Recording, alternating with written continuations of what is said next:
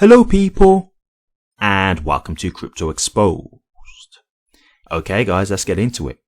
So, I've got some good news and I've got some bad news when I get into this, okay? So, let's go with the bad news first. The bad news is Swift integrating XRP through EastNets?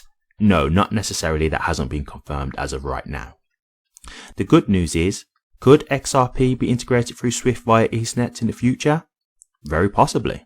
So let's really get into this then. So what is EastNets first and foremost? EastNets is a payments platform basically that actually helps financial institutions access the Swift global messaging network, okay?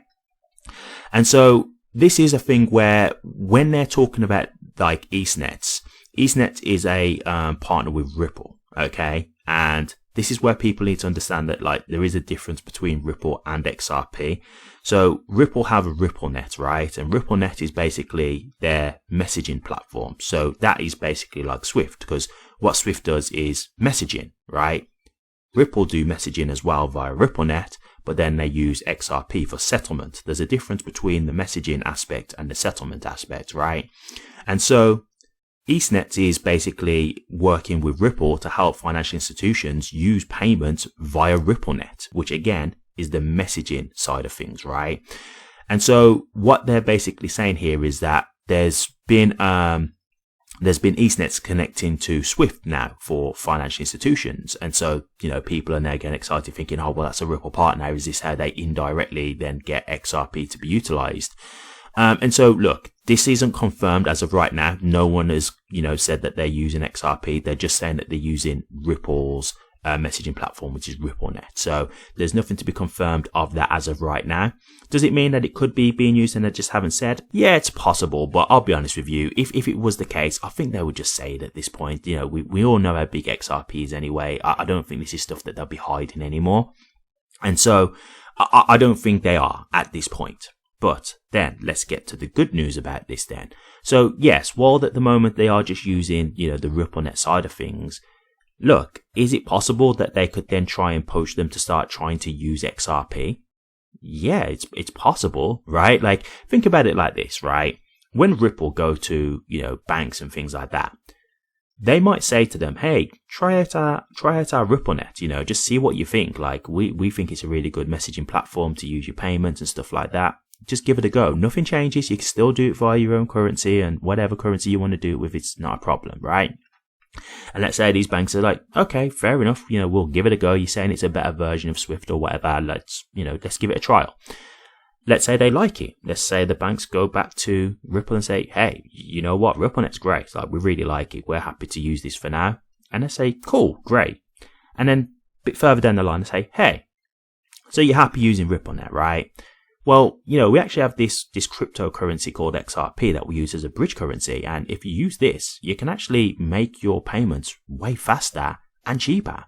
So maybe you want to give this a go as well and see if you like using this, because, if you do, you could completely revolutionize the way that you do banking and cross-border payments in the future, right? Like, this is the way things could be going. So give it a go, see what you think. They try it out. Hey, XRP, that thing that you showed us, absolutely incredible. We're in. We want to get involved, that kind of thing. And that's how this stuff works, right? You slowly rope them in. Mikkel made a point about it before, and I absolutely agreed with it. Like, we can say that maybe not all these banks are necessarily using XRP right now, but that doesn't mean that they can't be using XRP in the future, right? Like, the whole point is to just rope them in, build the relationship, and then try and promote your other products and services, right? Like Ripple eventually are probably going to start to look to do custody services.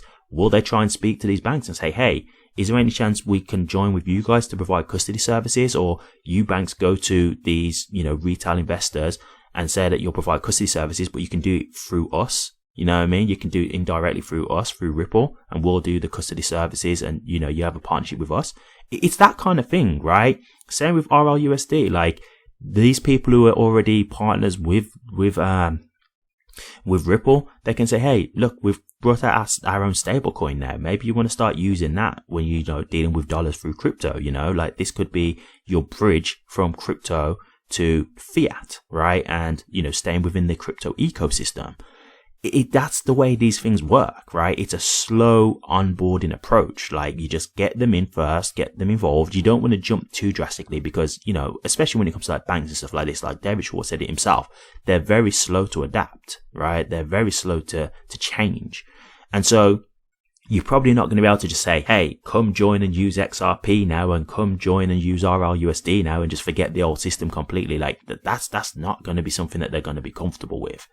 Right? Even if XRP has been around for years and it's been okay, it's too risky. The kind of money that's involved, it's too risky. So they're not going to just jump to that straight away. So if you can slowly show them and they can see like, yeah, we've been using it for a while now and it's good and, you know, we're happy with this and stuff like that. Over time, you build up that trust, you build up that relationship, and then you can offer more products to them, right? And because you've got a rapport with them and you've got a trust built, they've used your product and they're happy with it, they're going to find you more reliable and more trustworthy when you bring other products to them, right? And so while I will say, yes, this isn't necessarily a guarantee that like this is going to happen. And it could be a thing of like, it does happen, but it doesn't happen for every bank. It might be that some are saying, no, we're good on that. We'll stick with the Ripple side of things for RippleNet, but in terms of, you know, using the currency, XRP, we're not so sure on that. Like, we'll lay off of that. And you might have some banks who are like, no, we're involved. You know, this is why I've said before, I'm not necessarily convinced that every bank in the world will use XRP. We'll see if it happens. Obviously, I'll be very happy if it does, but I'm not convinced it will. And if it does, I don't think it's something that's going to happen overnight, in my personal opinion. I think it'll be a staggered process. And I think stuff like this is proof of that, right? Because as you can see, like, this is something that's happening over time. And so this is opening to more institutions now and things like that. But it's not just like hey guys, we're doing this now and now every bank's using XRP right now. Like, that's not what's happening, right? So to me, it's not an overnight thing. It's not a flip the switch thing, as they say. I think it's a thing that happens over time. It's a staggered process. But yeah, like this is the thing for me, is that you don't have to have every bank in the world to use XRP for it to be successful. That's the thing. And I get for the people who, you know, they want the big numbers, I get like they like the idea of every bank just wanting to use it and stuff like that. But you gotta understand, like, if we can just be grounded, even if not every bank in the world uses it, if you've got a good amount of people and, you know, a good amount of banks and it's being used as a strategic reserve and it's potentially could be like a, you know, world reserve currency or something like that, you know, these kind of factors that could come into play. If you can get those kind of things going for it, then yeah, like, it's going to be successful. XRP will be successful. And in all honesty, XRP already is successful, but obviously it could be a lot more successful. And so, you know, like, for me, I think this is great to see. Because, you know, the potential is there, the possibility is there, and that's the main thing. So while I'm not gonna, you know, sit here and say, yeah, this means, you know, this is it, Swift are now working with XRP. I'm not gonna say that, guys, because I'm always here to be honest with you. I want to be transparent. But to me, the opportunity of what this could mean is good. It is very good. So for me, that's really great to see. I'm happy with this. And it's another step forward in terms of, you know, adoption, whether indirectly or directly, because as I've said to you before, when it comes to mass adoption, the whole point of mass adoption is being able to use something and you don't even know it's happening because it's happening in the background, right? You don't even understand that XRP is being used. It's just, it happens. And as far as you know, you've just done a transfer. Next thing you know, oh, that was fast, but you don't know the inner workings of it. You don't know that XRP was used to make the transfer. It's just been used. That's what mass adoption is, because people don't have to understand how to use it, right? It just happens. So for me, this is like a thing that could help in terms of like a mass adoption effect.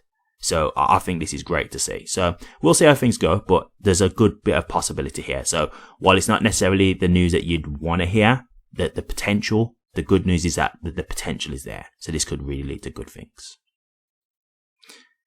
Thank you very much for watching this. Please remember to like, comment, and subscribe. And hit that bell. Take care.